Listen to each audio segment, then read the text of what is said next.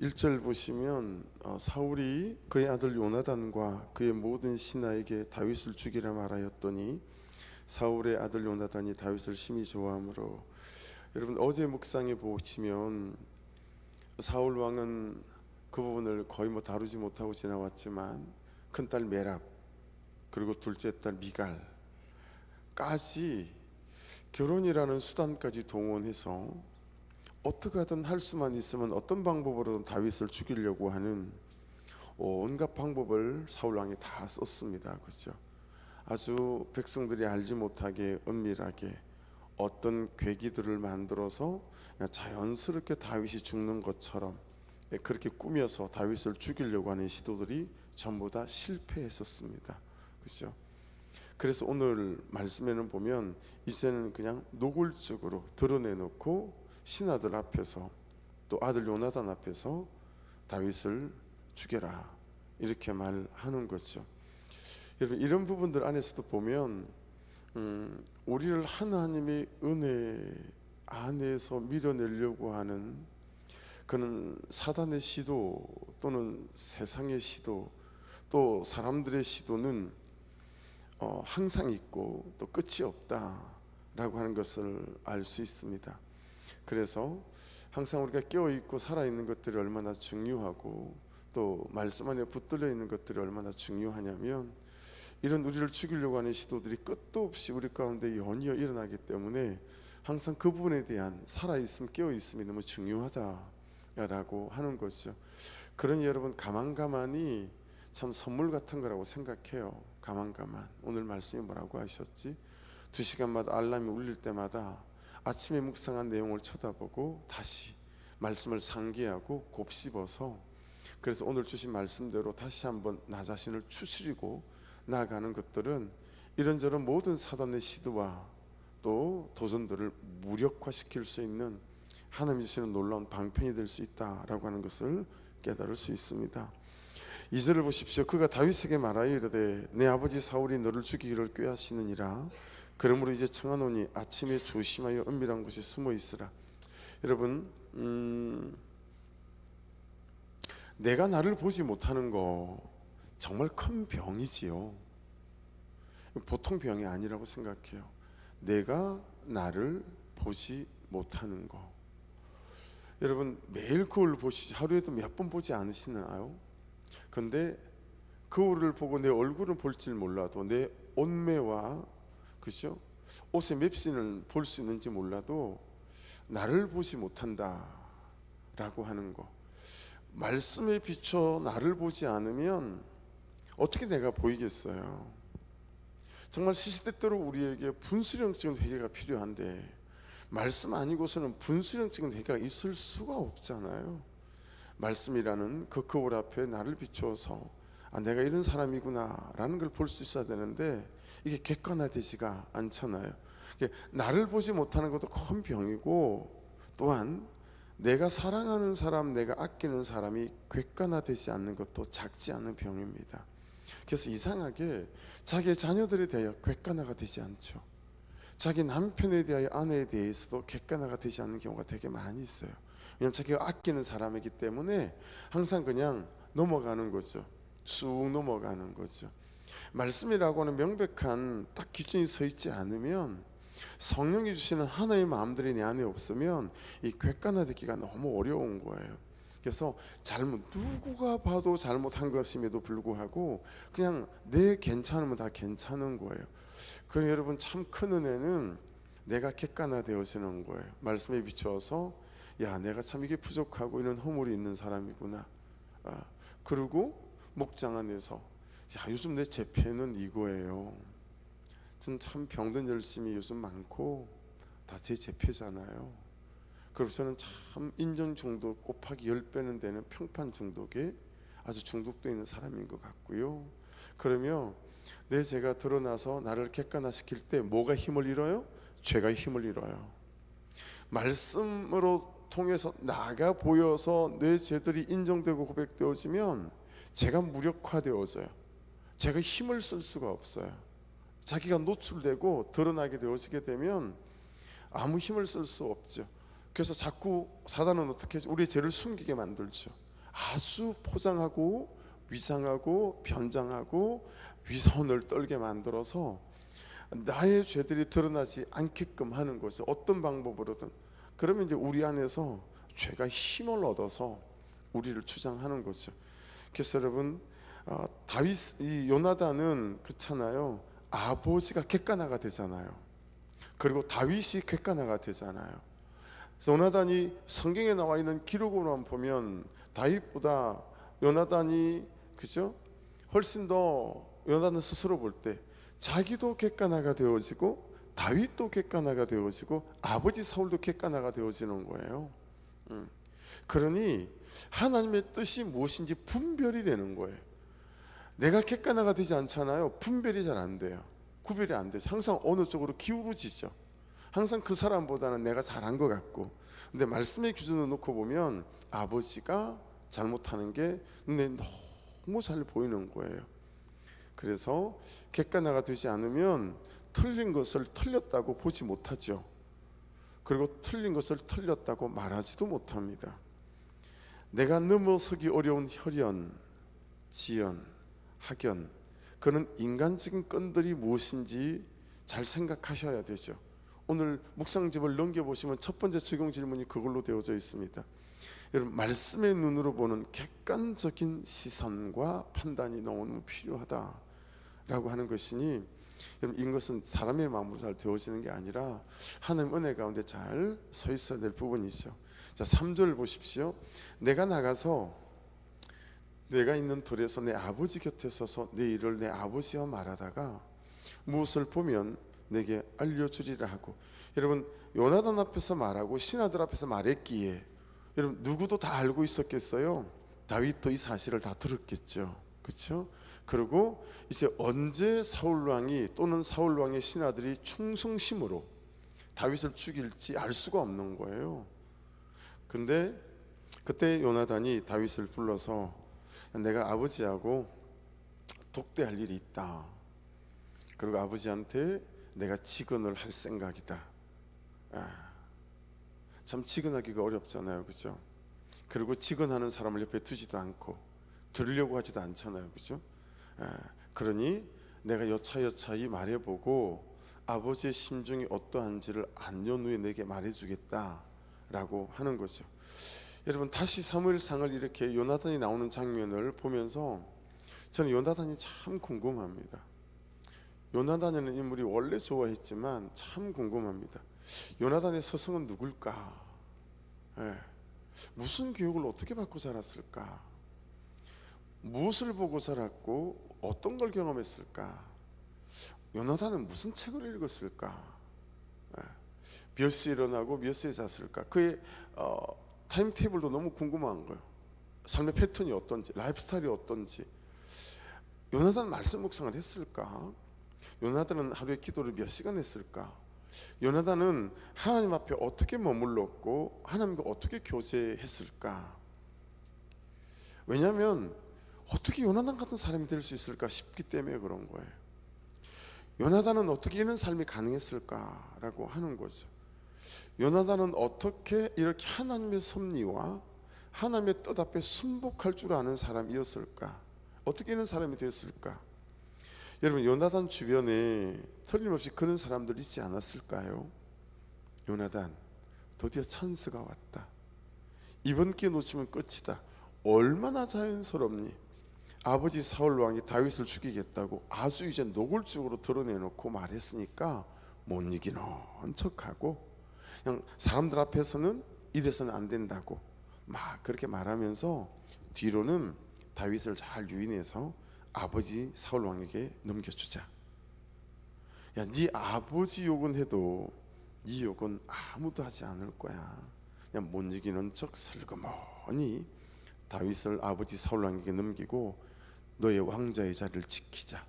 이런 사람이 있었을까요, 없었을까요? 있었을 거예요. 왜 이런 사람이 없었겠어요? 그죠? 날마다 정말 사단이 눈 부릅뜨고 하나님의 나라를 방해하는데 왜 이런 사람 없었겠어요? 요나단이 다윗을 죽일 이유는 차고도 넘쳐요. 그리고 요나단이 다윗을 죽여야 하는 이유도 분명합니다, 여러분. 이대로 가만히 있다가는 사울의 왕권은 무너지고, 아버지가 무너지면 어떻게 되죠? 잘 봐서 아시죠?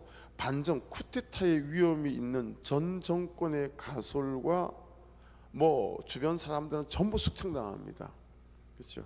그래서 여러분, 사울 왕이 전쟁터에서 요나단과 함께 죽었다고 했을 때 사울 왕의 식구들이 다윗이 쳐들어와서 자기들 죽일까봐 막 도망가잖아요. 그렇죠? 그러다 요나단의 아들도 유모퉁이 엎혀가다가 떨어져 가지고 다리가 부러지지 않습니까? 그러니 이때도 마찬가지인 거죠. 아버지 사울 왕이 죽었다? 그러면 요나단도 숙청당할 수 있는 충분한 이유를 갖고 있다라고 하는 거예요. 그렇죠? 그런데 그런 면에서 보면 다윗의 죽고 사는 문제는 요나단 자신의 죽고 사는 문제였습니다. 그러니 없는 기회라도 만들어서 다윗을 죽여야 할 판이거든요. 그리고 자신의 손에 피 한 방울 안 묻히고 다윗을 죽일 수 있는 기회가 딱 온 거예요. 그런데 요나단은 자신이 죽고 다윗을 살리는 편을 선택합니다. 자신의 전부를 빼앗아갈 수 있는 사람에게 오히려 자신이 자신의 전부를 내어주는 것과 같지요. 여러분, 이게 묵상하기가 참 어려운 게 소설에나 있을 법한 이야기고 영화에서나 가능한 이야기라, 이런 사람의 이야기는 항상 보고 사는 사람 살아가는 세상에서는 별로 없는 이야기라 좀 어색해요. 그리고 어떻게 묵상을 하고 적용을 해야 할지 너무 우리와 낯선 이야기고 먼 이야기 같은 사실이다라고 하는 거예요. 사실인데 이게 너무 우리와 낯선 거예요. 왜냐하면 내가 그런 사람이 아니고 내 주변에 그런 사람들이 없기 때문에 그런 거예요. 내가 발을 디디고 살아가는 세상에 이런 사람들이 없거든요. 그러니 이게 무슨 소설 같은 이야기라 묵상하기가 만만치가 않은 거예요. 이런 말씀일수록. 그렇게 저도 여러분들도 우리 모두가 이 세상이 여러분 하나님과 하나님의 말씀과 하나님 그분의 뜻과 또 살아가는 방식이 너무 멀어져 있는 거예요. 우리가 하나님과 너무 멀어져 있고 하나님의 살아가는 방식과 너무 멀어져 있는 거예요. 그래서 이런 얘기가 소설 같은 이야기처럼 들리는 거예요. 이런 얘기가 영화의 한 편처럼으로만 들리는 거죠. 그런데 이게 우리가 이미 받은 하나님의 사랑이고 예수님의 십자가 사랑 아니겠습니까? 그렇죠? 죽어야 하는 사람은 나인데 죽어야 하는 나는 살리시고 살아야 하는 예수님이 십자가에서 전부를 주시고 내 대신 나를 위해 죽으신 그 이야기가 이미 여러분 우리에게 구현되고 실현된 이야기 아니겠어요? 근데 그 십자가의 그 이야기와 그 사랑이 우리에게 너무 멀리 있어서 우리가 우리의 삶 속에서 남편에 대해서 내 아내와 내 자녀들 우리 공동체 안에서 누구에게 대하여 내가 죽고 그를 살리는 시도와 선택들을 우리가 하지 않는다라는 거예요. 무슨 그런 일 엄두도 나지 않는다라는 거예요. 그러니 이 요나단 얘기가 여러분 이렇게 보고 어쩌면 이럴 사람이 더 많지 않겠어요? 아들 일로 와봐. 너 이렇게 살면 안 돼. 알았지? 야 이건 아니야. 이건 성경에서나 떠드는 얘기고 넌 절대로 이렇게 살아서는 안 돼. 기회가 있을 때는 밟아야 네가 사는 거야. 요즘 아버지들 그렇게 가르치지 않나요? 여러분들은 그렇게 가르치지 않습니까?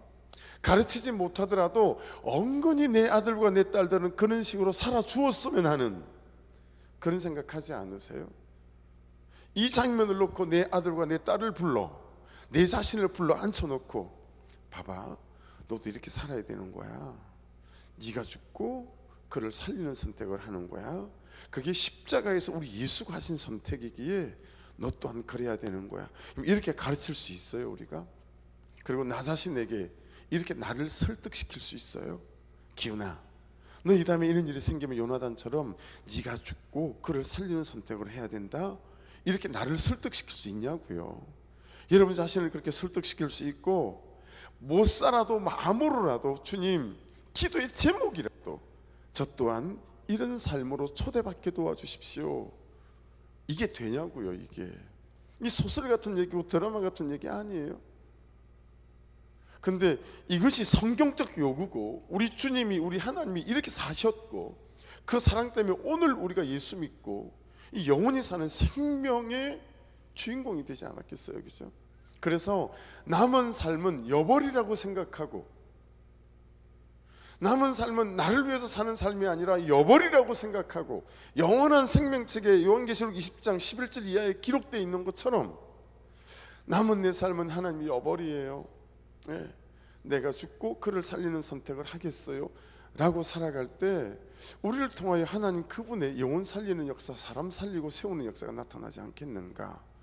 근데 그를 죽이고 내가 살겠다고 하니 가정에서조차 어떻게 영혼을 살리고 사람을 세운단 말입니까? 우리가 이건 얼토당토 않는 얘기죠. 여러분, 정말 여러분들이 인생의 어느 시점에서 딱 뒤를 돌아봤을 때 나 때문에 10사람, 나 때문에 아니 5사람, 아니 단 한 사람이라도 나 때문에 예수를 믿고 구원받는 백성을 만들 수 있으려면, 오늘 요나단처럼 내가 죽고 그를 살리는 선택을 하지 않으면 도대체 누가 나의 신앙의 걸음을 쫓아 내 뒤에 줄을 서서 예수를 믿겠다고 따라 나서겠냐고 하는 거죠. 저한테 하는 얘기고, 그리고 오늘 말씀이 우리에게 하는 말씀이라고 믿습니다. 5절 말씀을 들여다보시면 어떻게 요나단 이는 사람이 될 수 있었을까? 어떻게 이는 요나단의 영성을 가지고 있었을까? 얼핏 이해되는 대목이 있어요. 5절을 보시겠습니다. 그가 자기 생명을 아끼지 아니하고 블레셋 사람을 죽였고, 여호와께서는 온 이스라엘을 위하여 큰 구원을 이루셨으므로 왕이 이를 보고 기뻐하셨거늘 어찌 까닭 없이 다윗을 죽여 무지한 피를 흘려 범죄하려 하셨나이까? 여러분 보세요. 우리가 받아내는 삶, 기다리는 삶, 인내하는 삶을 살아가고 있는데 그게 구속사의 복음인데, 지금 여기서는 이제 직언을 하잖아요. 직언. 아버지, 이건 타당하지 않아요. 이건 옳지 않아요. 근데 이 말에 사울 왕이 설득당하잖아요. 아들, 이 말이 참 맞다. 여러분, 그럴 수 있었던 이유는 뭐냐면, 보세요. 그가, 다윗이 자기 생명을 아끼지 아니하고 블레셋 사람을 죽였고, 여러분, 다윗의 삶에 사울이 설득된 거예요. 요나단의 말에 설득된 게 아니고 다윗이 살아온 삶에 설득된 거예요. 여러분, 100명의 블레셋 군사의 표피를 벗겨오라고 그랬잖아요. 그럼 딸과 결혼시키고 사위 삼겠다고. 근데 여러분, 다윗이 목숨을 걸고 몇 명을 배워오죠? 200명의 표피를 배워와요. 다윗이 살았던 삶이 여러분 이 사울 왕을 설득시킨 거예요. 여러분, 우리가 입술에 이 알량한 복음으로, 복음이 알량하다는 게 아니라 우리 입술에 하찮은 말을 말씀드리는 겁니다. 오해하시면 안 돼요. 이런 걸로 사람을 설득시킬 수 있겠어요? 생명을 아끼지 아니하고, 이게 여러분 사람을 설득시킨 거예요. 이게 예수의 십자가가 그랬고, 그리고 지금 다윗이 그러했고, 요나단 또한 자기 생명을 아끼지 아니하고 지금 다윗을 살리려고 하잖아요. 여러분, 내 생명을 넣어놓으면 사람을 살리는 설득이 우리에게 있게 될 줄로 믿습니다. 내 삶이 설득시켜야 되는 거예요. 내 삶이, 저 사람은 말도 어눌하고 좀 이것도 부족하고 저것도 부족한데 참 하나님을 위하여, 다른 영혼과 사람을 위하여 생명을 아끼지 않는 것 같아. 이게 여러분 사람을 설득시키는 거거든요. 근데 우리가 너무 편하게 살려고 그래요. 여러분, 안 그러세요? 너무 편해요. 이 시대는요, 어른부터 아이까지 편한 걸 너무 좋아해요. 여러분, 편하게 살려고 하지 마십시오. 복음 때문에, 예수 때문에, 영혼 때문에 고되셔야 합니다. 그렇죠? 어제 김장했잖아요. 여러분, 작년까지는 김장을 하면 홀로 사는 사람들 제가 전부 다 김장을 날랐어요. 근데 성도들 중에 누가 해야 되는 거 아니에요? 목자들이 해야 되는 거 아니에요? 내 목원들 중에 혼자 사는 사람 김장 좀 갖다 놔라는 게 해야 되지 않아요? 어제는 사모님이 했어요. 여러분, 아침에 오실 때 춥지 않아요? 전 우리 교회 누군가가 5시에 교회 도착해서 불 켜고 난방기 돌려가지고 성도들이 오면 따뜻하게 예배할 수 있도록 돕는, 여러분, 자기 생명을 아끼지 않는 헌신자들이 있어야 된다고 봐요. 전 19살에 예수님을 만나고 26 신학하기 전까지 전 7년을 그렇게 살았어요. 목사님보다 새벽예배 더 일찍 나갔어요. 난방기를 다 돌렸어요. 훈훈할 때 성도들이 교회 들어오게 만들었어요. 제 7년의 삶이 하나님 앞에 거짓말 없이 부끄럽지 않게 그렇게 살았던 것 같아요. 근데 그런 헌신자가 한 명이 제대로 안 나와요. 생명을 아끼지 않고 하나님을 위하여, 복음을 위하여, 영혼을 위하여 살아가는 이런 삶이 좀 있어야 되지 않겠어요? 여러분, 이 삶에 사울왕이 설득된 거예요. 그 밑에 보십시오. 여호와께서는 온 이스라엘을 위하여 큰 구원을 이루셨으므로, 그 생명을 아끼지 않는 삶을 가지고 어떻게 하신 거예요? 쓰신 거예요. 하나님이 온 이스라엘을 위해서 큰 구원을 이루셨대요. 여러분, 5분이라도 10분이라도 하나님께 드리는 시간은 하나님께서 쓰셔서 하나님의 나라를 세워가는 놀라운 일들에 사용해 주시는 줄로 믿습니다.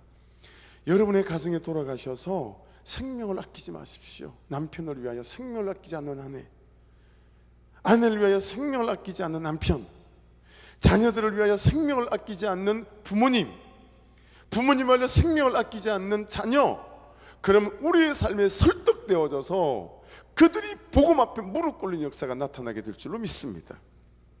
부모는 부모라고 표현하려고 하고, 자식은 자식이라고 표현하려고 하고, 그죠? 목사는 목사라서 맨날 성도들한테, 제 후임으로 드린 전사님 중에 제 있던 교회에 그런 분이 있더라고요. 그분 별명이 손가락이에요. 손가락. 맨날 손가락으로 일만 시킨대, 말만 하고요. 불명예 아닙니까? 불명예. 제 말씀을 묵상을 하다가 오늘 묵상집 뒤에 적용 질문 읽어보셔야 합니다. 자, 두 번째 적용 질문 보세요.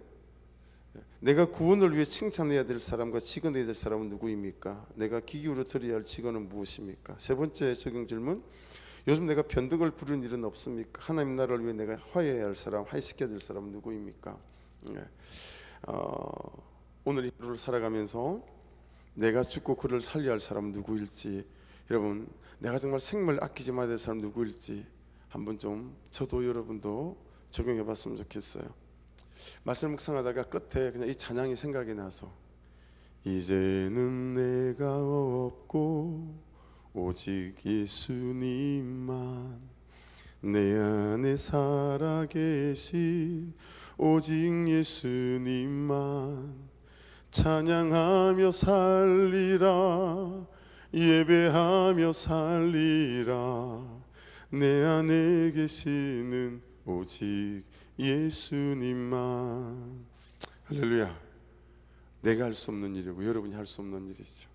요나단이 할 수 없는 일이고 다윗이 할 수 없는 일이고, 요나단 안에 다윗 안에, 그리고 오늘을 사는 우리 안에 오직 예수 계실 때 이런 삶 앞으로, 이런 멋지고 매력있고 아름다운 삶으로 우리가 초대받을 수 있을 것 같습니다. 아무쪼록 이 하루 오직 예수님만, 저와 여러분의 중심 안에서 우리를 주장하는 놀라운 은혜가 있기를 주의 이름으로 축복합니다. 기도드리겠습니다.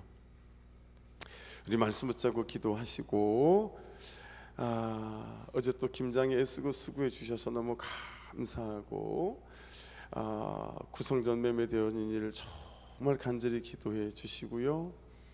그리고 또 이 한 주간에 지출해야 될 재정들이 또 은혜 가운데 잘 또 지출될 수 있도록 기도해 주시고, 하나님 팜스프링과 이 도시와 이 도시의 영혼들을 정말 특별히 LG 직원들을 위해서 기도해 주십시오. LG 직원들 오며 가며 우리 교회가 그들이 퇴근 시간에 맞춰서 예배가 세팅될 수 있다면 좋겠다, 그런 기도 제목을 가지고 기도해요. 퇴근하는 길에 와서 예배하고 갈 수 있도록 그는 위치를 구했었기 때문에, 그래서 저는 용산골에 교회가 있었으면 됐습니다. 용산골에 퇴근하면서 와서 예배 들어가기 좋겠다. 네, 여러분 아시죠? 용산길 바로 맞은편에 우리 교회가 지금 있습니다. 그래서 또 LG 직원들, 그 기숙사에 있는 많은 사람들이 예수 믿고 구원받을 수 있도록 오늘부터 구체적으로 또 기도해 주시길 부탁을 드립니다. 우리 아픈 분들을 위해서도 박홍수 집사님, 또 문희 형제 위해서도 기도 놓지 마시고, 이번에 있는 김신혜 집사님을 위해서 중보해 주십시오. 우리 주의 한번 부르고 홍동원 사님 잘 회복될 수 있도록 기도해 주시고요. 우리 주의 한번 부르고 기도 드립니다. 주여 아버지 감